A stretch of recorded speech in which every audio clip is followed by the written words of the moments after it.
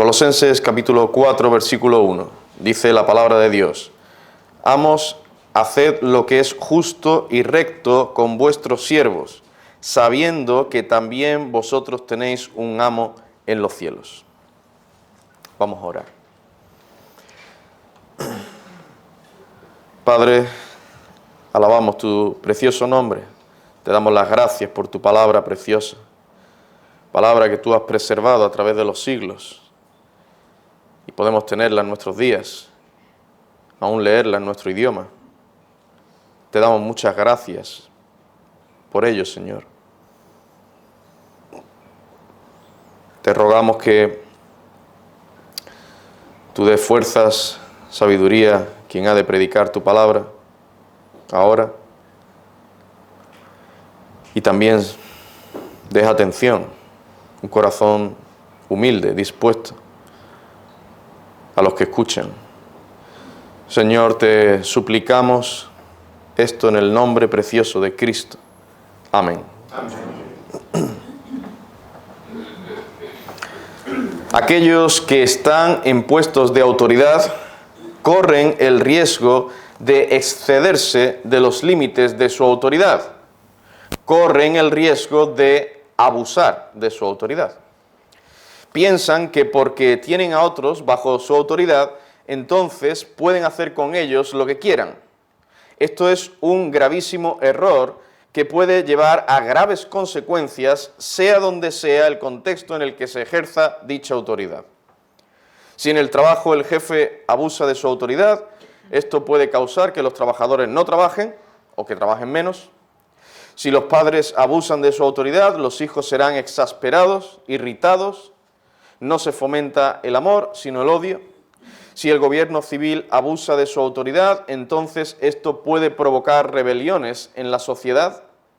Si el pastor abusa de su autoridad, esto crea malestar en la iglesia y puede llevar a una división o a que esa iglesia desaparezca. Por eso es importante que presentemos lo que enseña la palabra de Dios en este versículo. Es muy importante que estemos atentos a lo que nos dice el Señor en este versículo de Colosenses 4.1, el que hemos leído. Porque aunque ahí habla de amos, este versículo también tiene enseñanzas para nosotros hoy en día. Sí, hay enseñanzas para nosotros. No es que como no hay esclavitud humana, digamos, hoy en día, aquí en España, pues bueno, nos olvidamos de este pasaje. No. Hay enseñanza aquí también para nosotros hoy en día. Este texto nos muestra los deberes de los que tienen autoridad sobre otras personas y no trae una lista exhaustiva. Lo que nos enseña es cómo deben conducirse y comportarse aquellos que han sido puestos como autoridad sobre otras personas. Bien, pero en primer lugar vamos a ver, o vamos a considerar, a quiénes se está dirigiendo Pablo en este versículo. Bueno, es evidente que se está dirigiendo a amos, a hombres que tenían esclavos bajo ellos. Pero, como dije en el sermón anterior, esto no significa que Pablo esté a favor de la esclavitud. Dios no está a favor de la esclavitud, su apóstol tampoco. Ya vimos que en 1 Corintios capítulo 7, versículo 21, el mismo Pablo dijo: «¿Fuiste llamado siendo esclavo? No te dé cuidado, pero también si puedes hacerte libre, procúralo más». Ni el versículo de Colosenses 4.1, ni los que vimos en el sermón anterior, deben ser usados para apoyar la esclavitud entre los hombres. Lo que hace aquí el apóstol, por inspiración del Espíritu Santo, es exhortar, mandar, decir qué debe haber en los corazones, cuál debe ser la conducta de aquellos que se encuentran en la condición de esclavo o de amo. Y les habla a los dos. A nuestro Padre Celestial, queridos hermanos, lo que le preocupa principalmente es cómo está nuestro corazón, cuál es nuestra actitud, cómo nos conducimos en medio de la situación o circunstancia en la que nos encontremos. Sí, claro que Dios se preocupa por la situación en la que estamos o estemos actualmente. Él se acuerda de que somos polvo. pero su preocupación principal es nuestro corazón, nuestro estado espiritual, cómo está tu corazón y el mío, en medio de la situación en la que estemos, que puede ser aflictiva o no.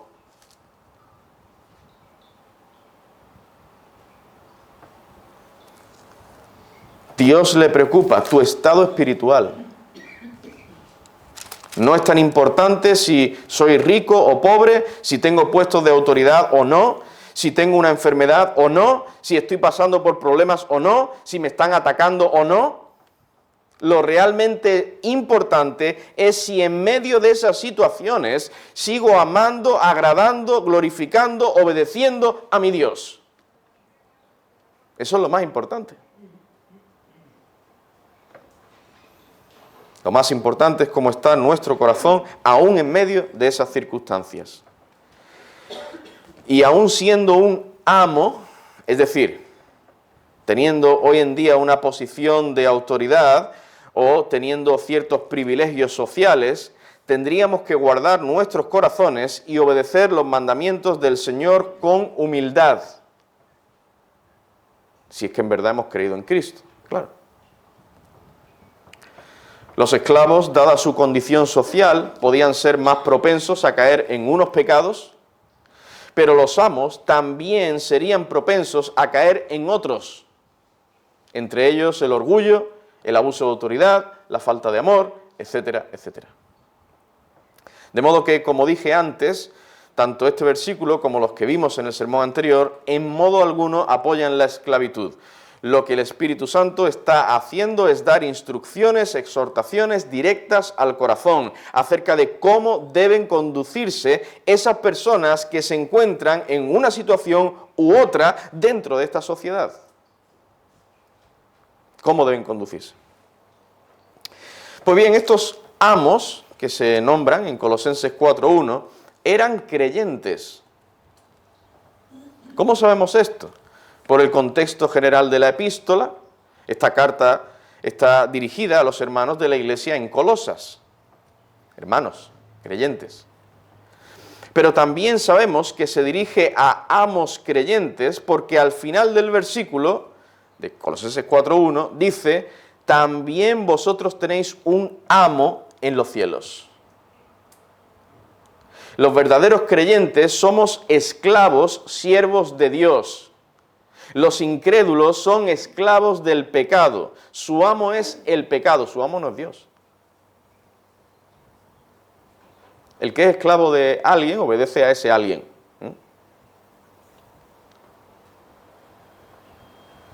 Los incrédulos son esclavos del pecado. Así que aquí Pablo se está dirigiendo a verdaderos creyentes. Pero vamos a ver ya en segundo lugar, ¿qué demanda el Señor de aquel que está puesto como autoridad sobre otra persona? ¿Qué demanda Dios de los que tienen autoridad sobre otros? Debe hacer lo que es justo y recto para con aquel que está bajo su autoridad. Es lo que dice nuestro texto. Colosenses 4:1, amos, haced lo que es justo y recto con vuestros siervos. Primero nos dice que debemos hacer lo que es recto. La palabra que se traduce como, justo, primero habla de justo, haced lo que es justo.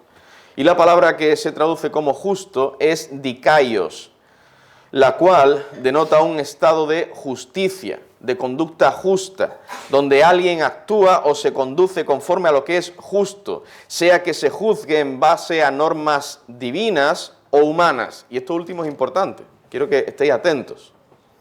Esto último es importante, pues alguien podría pensar, no digo que lo estéis pensando, pero alguien podría llegar a pensar: bueno, yo tengo que obedecer los 10 mandamientos de Dios, tengo que seguir la palabra de Dios, pero no tengo por qué sujetarme a la ley del Estado español.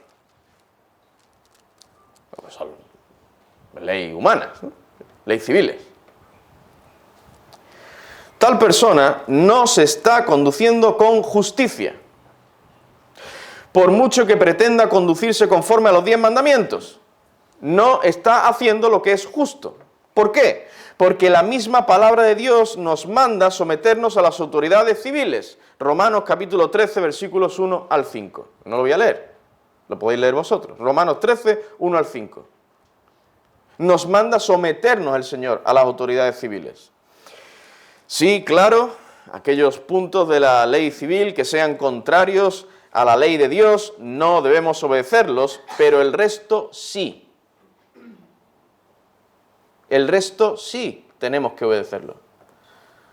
De modo que aquel que hace lo justo es el que se conduce conforme a la palabra de Dios y conforme a las leyes civiles que no sean contrarias a las Escrituras.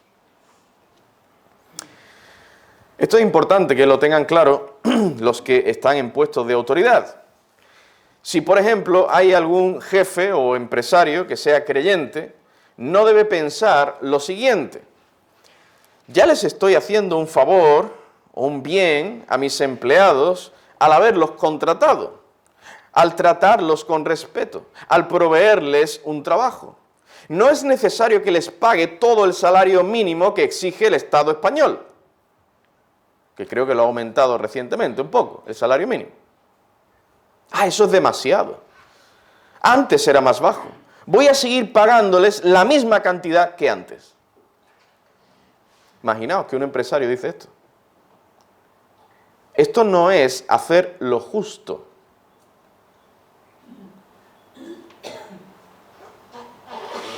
Ese empresario tiene que pagarle a sus empleados el mínimo que estipula la ley española, si quiere hacer lo justo. Otro ejemplo. El Estado me exige que tengo que escolarizar a mis hijos. Bueno, pues como yo soy la autoridad en mi casa, la autoridad sobre mis hijos, pues no voy a hacerlo. Me los quedo en casa. Porque soy la autoridad. No. Bueno, tengo que aclarar que yo no estoy en contra del homeschooling, que es la escuela en casa, ¿eh? De hecho, me parece lo ideal, me parece algo muy bueno. Pero aún en ese caso, tenemos que cumplir con todos los requisitos legales. Y si no quiero, no puedo hacer homeschooling, entonces tengo la obligación de enviar a mis hijos al colegio. Tengo que enviarlos.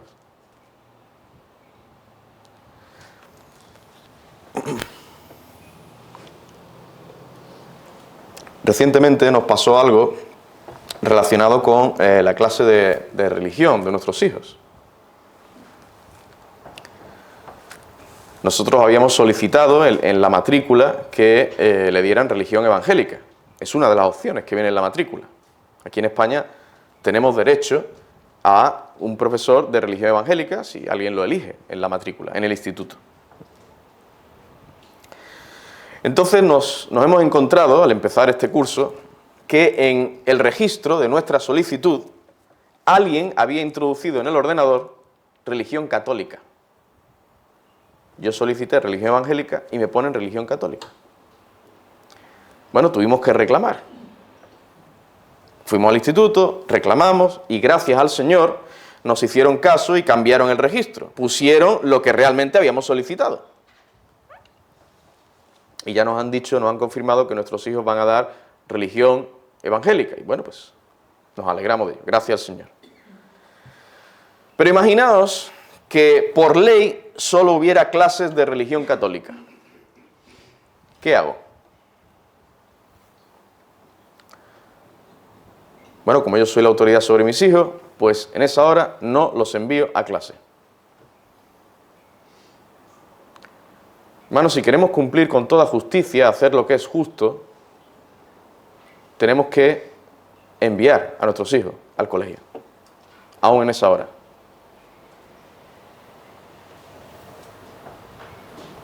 Ellos tienen que ir a clase. Debemos hacer lo que es justo. Claro, ya en casa nosotros tendríamos que contrarrestar toda la falsa enseñanza que le enseñaran. Es triste, sí. Pero hermanos, tenemos que cumplir, hacer lo que es justo, delante de Dios y de los hombres. Queridos hermanos, el tener puestos de autoridad no nos exime de cumplir toda justicia con respecto a la ley civil. Pero no podemos olvidar que ante todo tenemos que hacer lo justo en lo que respecta a la ley divina.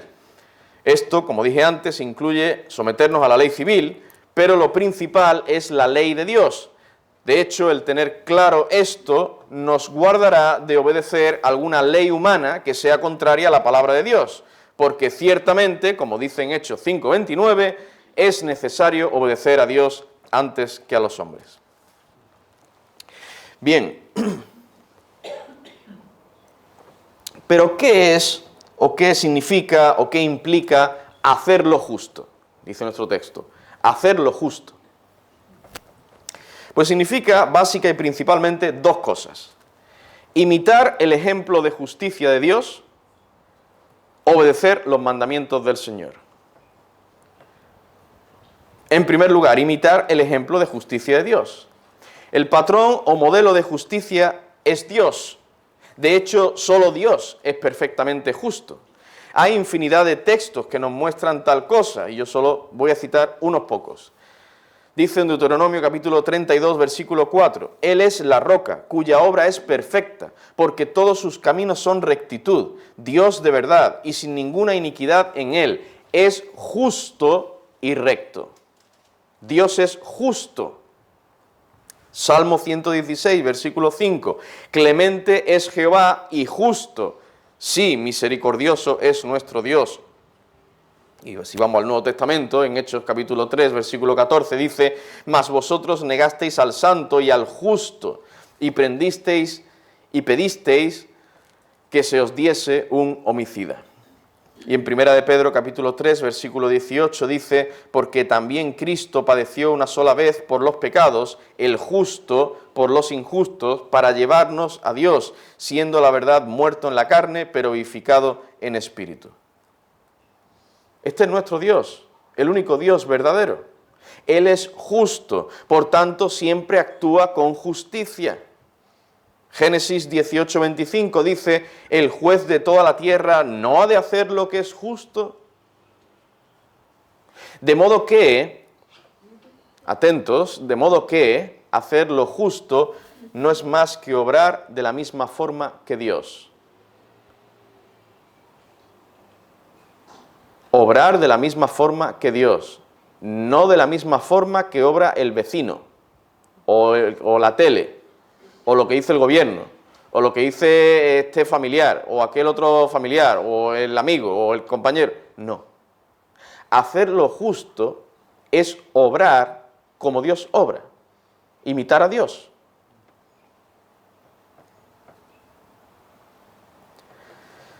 Por eso nos dice en Efesios 5:1, sed pues imitadores de Dios como hijos amados. Nos lo dice la Escritura explícitamente. Sed pues, hermanos, tú y yo tenemos que ser imitadores de Dios. No sigamos el buenismo de nuestros días. El mundo hace muchas proclamas y declaraciones que parecen buenas, que suenan bien, pero en realidad son contrarias a la palabra de Dios, son contrarias a la justicia. Muchas de esas declaraciones. Nosotros tenemos que imitar a nuestro Salvador. Solo Él es justo y solo en su palabra Él nos enseña lo que es verdaderamente justo. No nos dejemos engañar, porque hoy en día se habla mucho de igualdad, ¿no? De tolerancia, derechos, respeto y muchas cosas, que suenan muy bien. Pero uno indaga y se mete ahí y ya no hay tanta igualdad. No hay tanta justicia. Y se pretende favorecer a unos sectores más que a otros.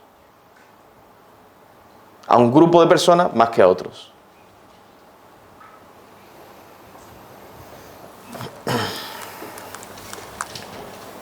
Solo Dios es justo. Solo su palabra es justa. Por eso, lo segundo, que significa el hacer lo justo, es obedecer los mandatos del Señor. Dice en Romanos capítulo 7, versículo 12. De manera que la ley a la verdad es santa y el mandamiento santo, justo y bueno. O sea, lo que Dios nos manda es lo justo, no lo que nosotros nos imaginemos. Y aquí me gustaría poner un ejemplo que está en las Escrituras y es bastante significativo. Y está relacionado con la disciplina eclesiástica. En la Iglesia el Señor ha puesto a los pastores para que gobiernen. Es decir, Dios les ha dado autoridad a los pastores para que cuiden, instruyan, gobiernen y guíen al pueblo de Dios conforme a las Escrituras. No conforme a sus propios pensamientos ni a sus emociones, sino conforme a la palabra de Dios. Por eso, si hay algún hermano que ha pecado gravemente, por amor a Dios, a la Iglesia y a ese hermano, éste debe ser puesto en disciplina. Que por cierto ya llegaremos ahí, en la Constitución, a verlo. Lo estamos viendo los jueves. El pastor no debe dejarse llevar por las emociones, por los sentimientos o por lazos familiares. Él tiene que llevar el caso a la iglesia y ese hermano que ha pecado gravemente tiene que ser puesto en disciplina.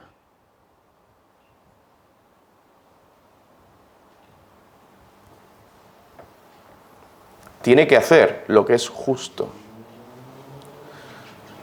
Mirad qué dice en 2 Tesalonicenses, capítulo 3, versículos 10 al 15, que es el caso en la escritura que vemos. 2 Tesalonicenses 3, 10 al 15. Porque también cuando estábamos con vosotros os ordenábamos esto: si alguno no quiere trabajar, tampoco coma. La pereza es un pecado grave, ¿eh? La pereza no es algo trivial. Hay que trabajar. Trabajar en lo secular y trabajar para el Señor, para el reino de Dios, para la extensión de su reino. Si alguno no quiere trabajar, tampoco coma. Hombre, Pablo, en fin, que todos tenemos que comer, ¿no?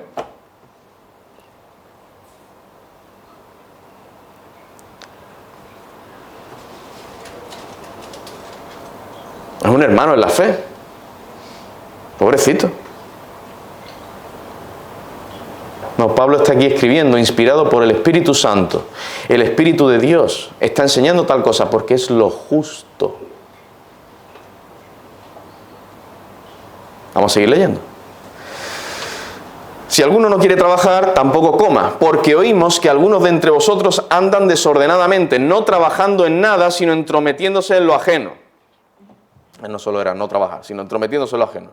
A los tales mandamos y exhortamos por nuestro Señor Jesucristo que trabajando sosegadamente coman su propio pan. Y vosotros, hermanos, no os canséis de hacer bien. Esto era hacerle bien a ese hermano. Era lo justo y era hacerle bien.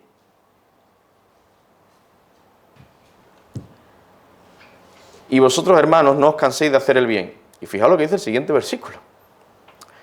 Si alguno no obedece a lo que decimos por medio de esta carta, o sea, no solo lo que ha dicho hace 3 versículos anteriores, no, se refiere a la carta entera. Si alguno no obedece a lo que decimos por medio de esta carta, a ese señaladlo y no os juntéis con él.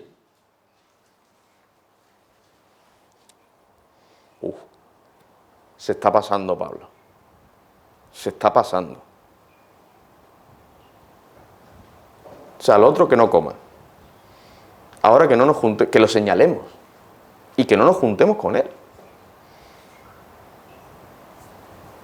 No, Pablo no se está pasando. Pablo está actuando como Dios actúa. Y Pablo está dando estas directrices, inspirado por el Espíritu de Dios, para el bien de ese hermano y de la iglesia. Vamos a seguir leyendo. A ese señaladlo y no os juntéis con él, para que se avergüence.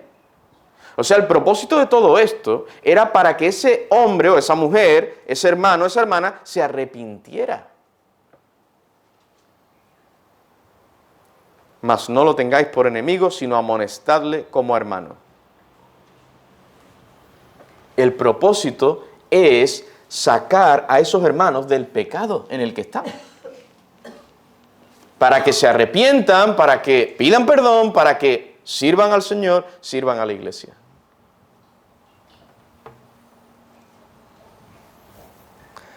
Eso era hacer lo justo. Y ni el pastor ni la iglesia tenían que dejarse llevar por sus sentimientos, emociones. Hacer lo justo, en resumen, implica imitar a Dios y obedecer su palabra. Esto es lo que debían hacer los amos para con sus esclavos en aquella época. Esto es lo que tenemos que hacer nosotros hoy en día. Si ahora hay alguien que no tiene ninguna autoridad sobre nadie, puede que algún día la tengas. Así que todos debemos recordar estos principios para aplicarlos. Pero nuestro versículo de Colosenses 4:1 también nos enseña que debemos hacer lo que es recto, no solo lo que es justo, lo que es recto. Dice, amos, haced lo que es justo y recto con vuestros siervos. La palabra griega que se ha traducido por rectos es isotes, que literalmente significa igualdad. Otras versiones han traducido este versículo como amos, tratad con justicia y equidad a vuestros siervos. Este término está muy relacionado con el anterior, el de justicia, pues se refiere a una equidad, igualdad, en lo que a la ley de Dios se refiere. La ley moral de Dios nos pone a todos al mismo nivel. Todos somos iguales ante esa ley. Todos seremos juzgados por la misma ley, independientemente de cuál sea nuestra posición social en esta tierra. Dios no hace acepción de personas. Dice en Efesios capítulo 6, versículo 9, y vosotros, amos, haced con ellos lo mismo, dejando las amenazas, sabiendo que el Señor de ellos y vuestro está en los cielos, y que para Él no hay acepción de personas. Dios no acepta, acepción de personas es distinción, discriminación de personas. Como tú eres un jefe, como tú tienes puestos de autoridad, ¿no? Pues entonces te voy a tratar mejor, o te voy a perdonar y te voy a pasar por alto tus pecados. No. Dios no hace acepción de personas. Así que esto debe llevarnos a tratar a los que están bajo nuestra autoridad como seres humanos creados a la imagen de Dios igual que nosotros. No porque fueran esclavos debían ser tratados como animales o seres inferiores en dignidad, valor o respeto. El Señor les estaba ordenando a los amos que hicieran lo recto con sus siervos, es decir, que los trataran dignamente, con respeto, con equidad, tal y como se tratarían ellos mismos. ¿Cómo te tratarías tú mismo? Trata así a tu esclavo. Un ejemplo. Ejemplo práctico. Cuando nosotros le damos órdenes a nuestros hijos, ¿cómo debemos hacerlo? ¿Denigrándoles? ¿Insultándoles? No. Tenemos que hacerlo con respeto, mansedumbre, amor, etc. Querido padre, ¿cómo te gustaría que a ti te dieran una orden? Pues así debes darla a tus hijos. Sí, la orden, la exhortación o la reprensión hay que darla y nos tenemos que poner serios con eso. Ay, hijo mío, lo que tú has hecho está mal. Eso está muy mal. No. Cuando hay que ponerse serio, hay que ponerse serio. Pero nunca debemos olvidar que nuestro hijo es un ser humano como nosotros, que porta la imagen de Dios, sí, distorsionada por el pecado, pero aún así, él también fue creado como nosotros a imagen de Dios.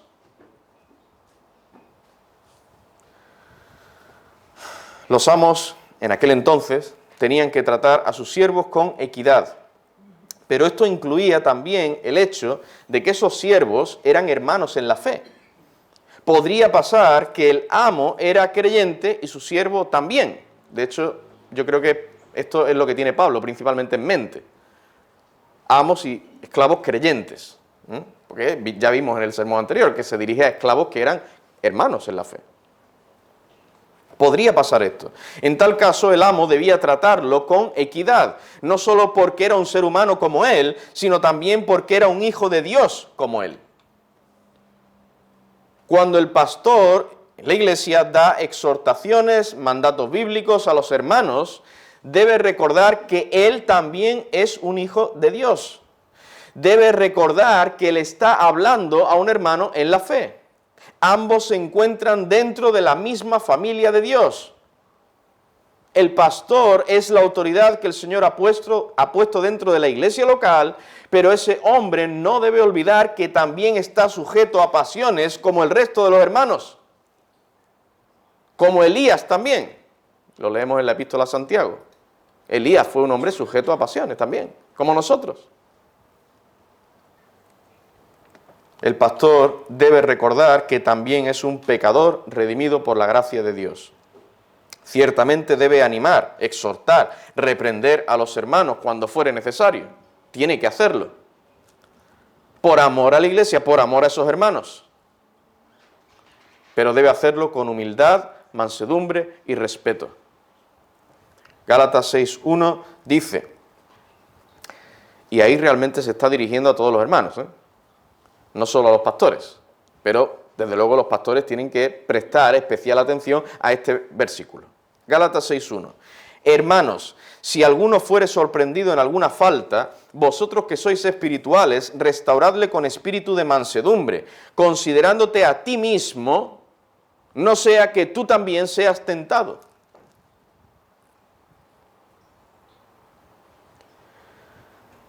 Así que en general, los que están en autoridad deben guardarse mucho del orgullo, de ese espíritu de superioridad. Esto es a lo que nos llama el versículo de Colosenses 4:1, cuando dice, haced lo recto, tratad con equidad, con justicia y equidad, haced lo justo y lo recto. Por último, vamos a considerar una exhortación para que los que tienen autoridad obedezcan las demandas del Señor. Una exhortación para que los que tienen autoridad obedezcan las demandas del Señor. Nuestro versículo no solo nos presenta los deberes de aquellos que tienen autoridad, no solo dice, amos, haced lo que es justo y recto con vuestros siervos, y podría haberse quedado ahí. Los amos tenían que obedecer eso y punto. Podría haberse quedado ahí el versículo. Sin embargo, no se queda ahí. Sigue diciendo, sabiendo que también vosotros tenéis un amo en los cielos. Esta es una exhortación para que no nos envanezcamos, para que seamos guardados de abusar de la posición en la que Dios nos ha puesto. Es una exhortación y una advertencia al mismo tiempo para que no pensemos que somos la autoridad suprema y no hay nadie por encima de nosotros. No. Solo Dios es la autoridad suprema.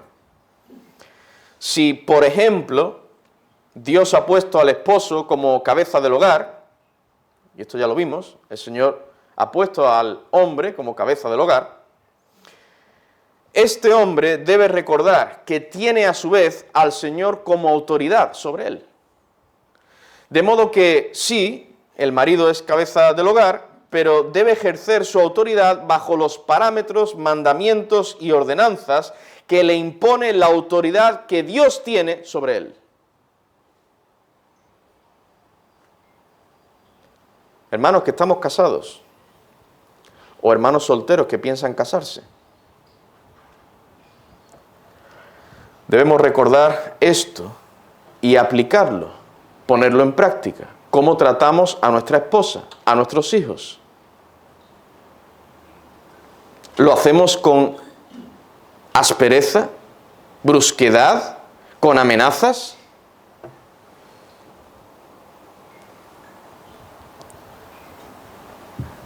Hermano, no debe ser así.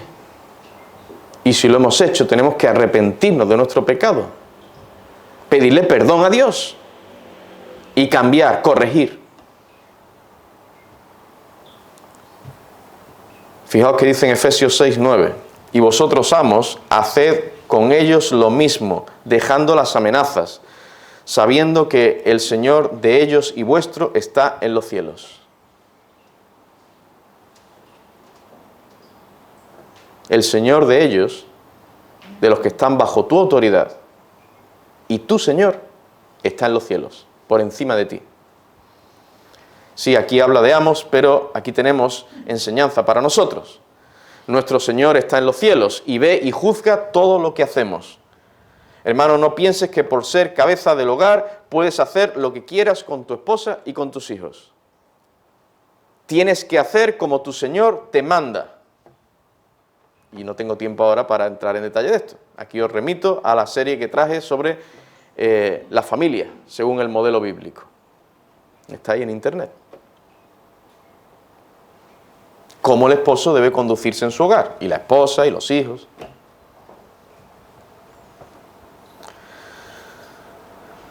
Bueno, ya estoy concluyendo. Conforme he ido exponiendo el sermón, he ido trayendo algunas aplicaciones prácticas, pero me gustaría terminar con dos aplicaciones más. Primera, jamás atribuyamos injusticia a Dios. Cuando todo nos va bien, a nuestro modo de ver, cuando tenemos abundancia material, cuando tenemos salud y vigor físico, cuando nadie nos ataca ni nos hace daño, cuando no tenemos ningún problema, es fácil pensar que Dios es justo, que nos está tratando con justicia y equidad. Pero ¿qué ocurre cuando estamos pasando situaciones adversas? Cuando viene la escasez material, cuando surgen problemas aquí y allá, cuando estamos sufriendo por el motivo que sea. ¿Qué pasa?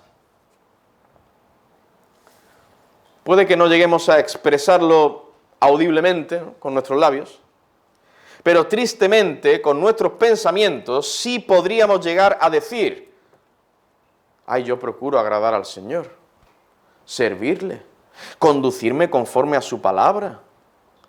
Estoy dando muerte a mis pecados, estoy trabajando para el avance del reino de Dios, soy fiel en la asistencia a los cultos. ¿Por qué entonces el Señor me trae estas tribulaciones? ¿Por qué Dios no me saca de este problema? Hermanos, esta es la forma larga de decir: Dios está siendo injusto conmigo. No lo decimos así, ¿verdad?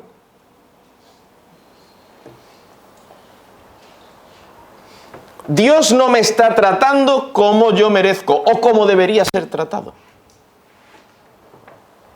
No lo decimos así, claro.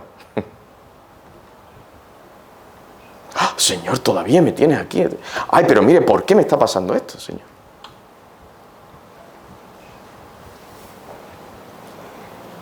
Dios está siendo injusto conmigo.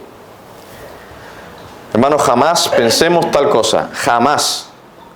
Nuestro Dios es perfectamente justo, equitativo, siempre, aun cuando nos haga pasar por valle de sombra de muerte. Él quiere pulir tu carácter y el mío. Él quiere que seamos más santos, que crezcamos en la fe, en el amor, etc.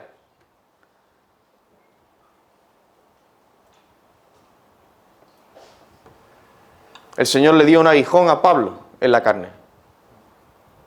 Y Pablo oró que se lo quitara. Y Dios le dijo: no. Ahí va a seguir.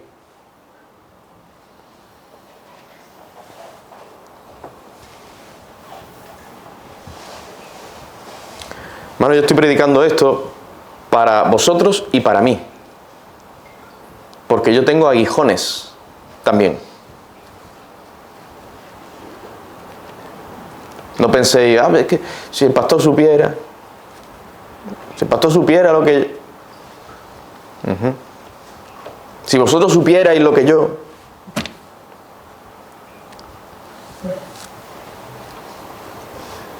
Esto es para todos nosotros. Esto es para todos nosotros. Hermanos, no atribuyamos injusticia a Dios.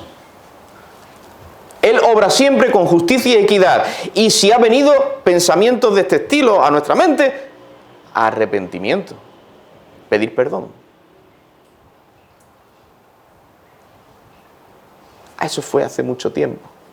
Sí, en aquella ocasión. ¿O tú te has arrepentido por ese pecado? Con esa actitud tuya que manifestaba que Dios era injusto contigo. Arrepiéntete de tus pecados. Pide perdón al Señor. El Señor te perdonará.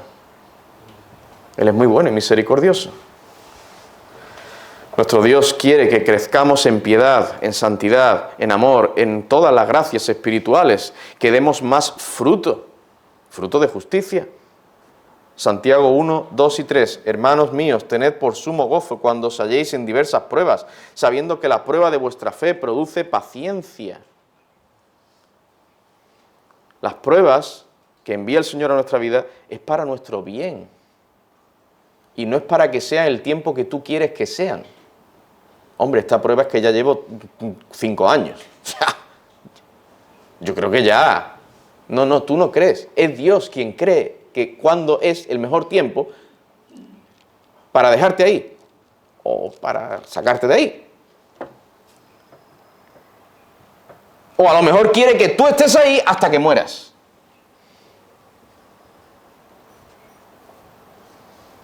Y Dios seguirá siendo justo. Dios es justo, equitativo, siempre.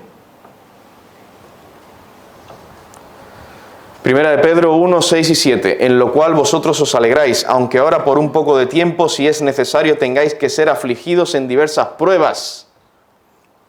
Afligidos en diversas pruebas, para que sometida a prueba vuestra fe, mucho más preciosa que el oro, el cual, aunque perecedero se prueba con fuego, sea hallada en alabanza, gloria y honra cuando sea manifestado Jesucristo. Además, hermanos, ¿qué somos nosotros? Sí, somos hijos de Dios, pero todavía no hemos sido glorificados. Todavía queda un resto de pecado en nosotros. ¿Y qué merecemos por ese pecado? Castigo. Castigo. Pero yo soy un hijo de Dios. No soy pecado, pero yo lo que merezco es que Dios me bendiga, ¿no? Y que Dios me colme de bendiciones y de cosas materiales y de salud y de fuerzas y todo eso.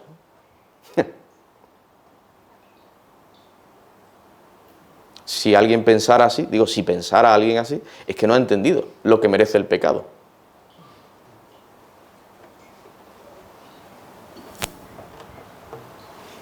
Merecemos castigo. Sin embargo, el Señor es muy misericordioso, Cristo intercede por nosotros, somos bendecidos ampliamente en lo espiritual y muchas veces también en lo material.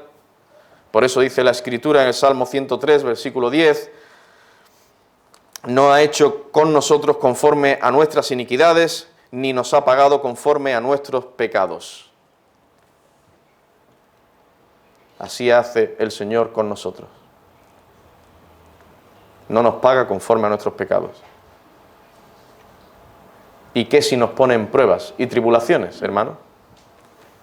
Pues, gloria al Señor, es para nuestro bien.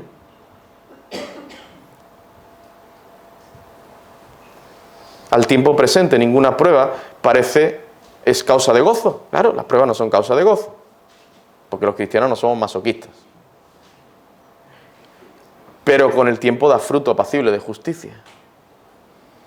Es Dios quien nos azota, quien nos pone en esas pruebas, pero es para que demos fruto.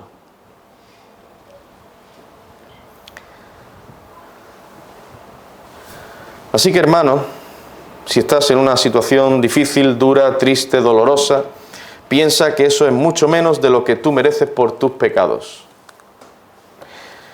Es gracias al sacrificio de Cristo en tu favor que el Señor no te probará más de lo que puedas resistir o soportar, y aún en medio de la prueba te concederá de su gracia para sobrellevarla y para que puedas glorificarle en medio de esa providencia aflictiva.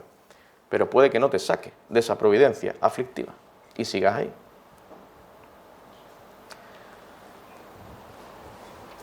Dios es justo. Nunca le atribuyamos injusticia. Segunda y última aplicación. En el cumplimiento de nuestras responsabilidades, sea que tengamos autoridad sobre otros o no, recordemos en todo momento que Dios está sobre nosotros. Él tiene la autoridad suprema en todo ámbito de la sociedad, en el hogar, en la iglesia, en los centros de trabajo y estudio, en el gobierno, etc. Otra cosa es que los hombres no quieran reconocer esa autoridad y se resistan a ella, pero Dios es el Rey del universo. Todos tenemos que someternos a Él. Incluso tú, que todavía no has creído en Jesucristo como tu Salvador. Debes someterte a su autoridad. De lo contrario, serás condenado por toda la eternidad en el infierno. El problema está que no quieres someterte a Él. No quieres.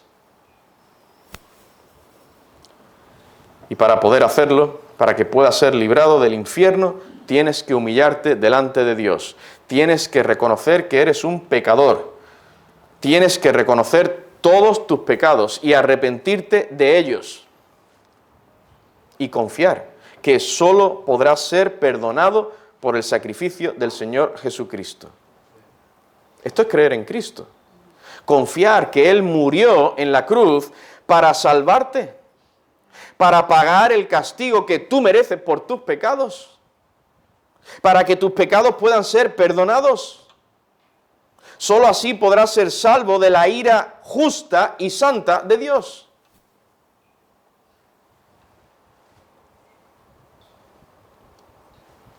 Tienes que humillarte, someterte a Dios, creer en Cristo, confiar en Él. Te lo digo por amor a tu alma, para que seas salvo.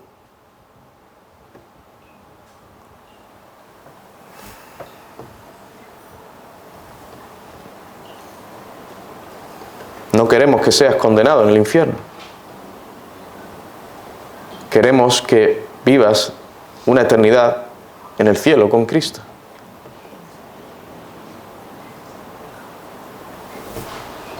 Vamos a orar.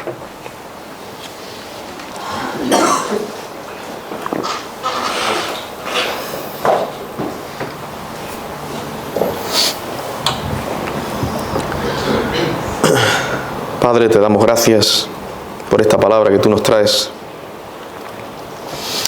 Gracias que tú eres Dios perfectamente justo, santo, bueno y misericordioso también, Dios de amor, Dios perdonador. Te alabamos, Señor, por ello.